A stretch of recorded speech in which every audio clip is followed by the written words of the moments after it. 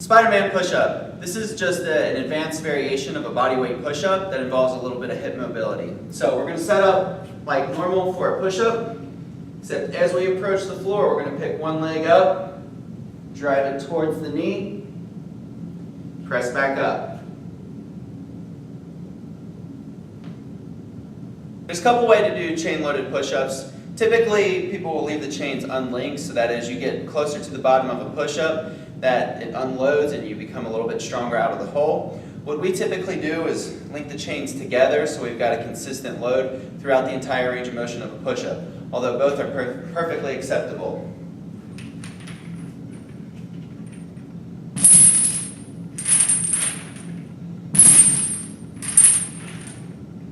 Push-ups on the kettlebells. We're going to use a little bit of an incline here with the kettlebells, so in some respects it makes it a little bit easier.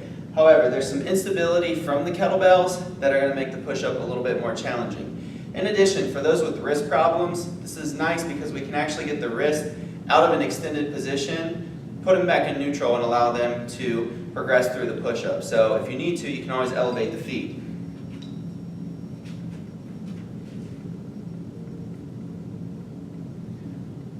One more point I want to notice is that as you get to the bottom, you should be sure not to extend too far into that push-up because it's going to grind up that anterior or front aspect of the shoulder. We want to maintain shoulders back and elbows roughly even with the body. One of our goals for clients is to optimize upward rotation, or how well the shoulders or the muscles around the shoulder operate as we go to reach overhead.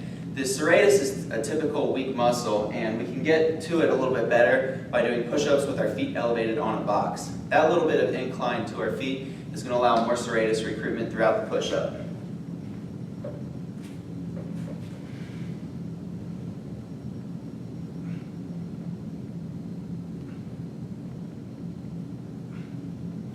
Suspension trainer push-ups. We use these to create some instability at the shoulder and allow for more rotator cuff activation. There is a slight difference between two-strap systems such as the Jungle Gym and the TRX, which has a one-anchor system in terms of how much recruitment we're getting from the pecs versus the shoulders, but the differences are fairly subtle and we don't worry about it too much in our day-to-day training. Anyway, we get set up with our hands and wrists in a nice neutral position, grab the straps, and make sure that we're not using our body to support the straps. We want to create just a little bit of space between there so we have some instability, and then we can go through our push-up.